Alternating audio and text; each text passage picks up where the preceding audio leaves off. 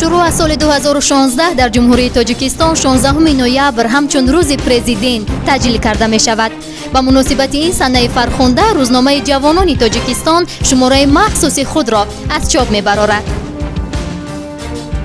در شماره مذکور شما می توانید موادها را از مهمیت تجلیل این سنه تا کارنمایی‌های پیشوای ملت بهر به دست آوردن استقلالیت دولتی و برقرارسازی ساخت کنستیتوسیونی در کشور و دیگر پهلوهای شخصیت پیشوای ملت همچون سیاستمدار عرصه جهانی مطالعه کنید. از اهمیت روز پرزیدنت تا جنبه‌های تاریخی آن در اندیشه حقوقدانها و چهره‌های سیاسی. از نپذیرفتن طالبان تا دستفشاری سخت با ترامپ در مورد چند عملهای امالی رحمان که جهان از تاجیکستان گفت. از کاتب کمسمالی فلوت حربی انتخاب شدن امام علی رحمان تا خصلت‌های وحدت‌آفری او در صحبت یکی از همخدمتانش از فلوت بحری اقیانوس آرام. از تاکیدهای فهیم فنا تا داشتن چونی پیشوا.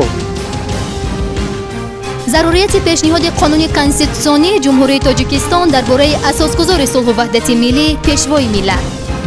از موقع‌گیری تاجیکستان تا واکنش‌های جامعه جهانی. نقش پیشوای ملت در رشد ادبیات در صحبت شاعر خلقی تاجیکستان اسکر حکیم.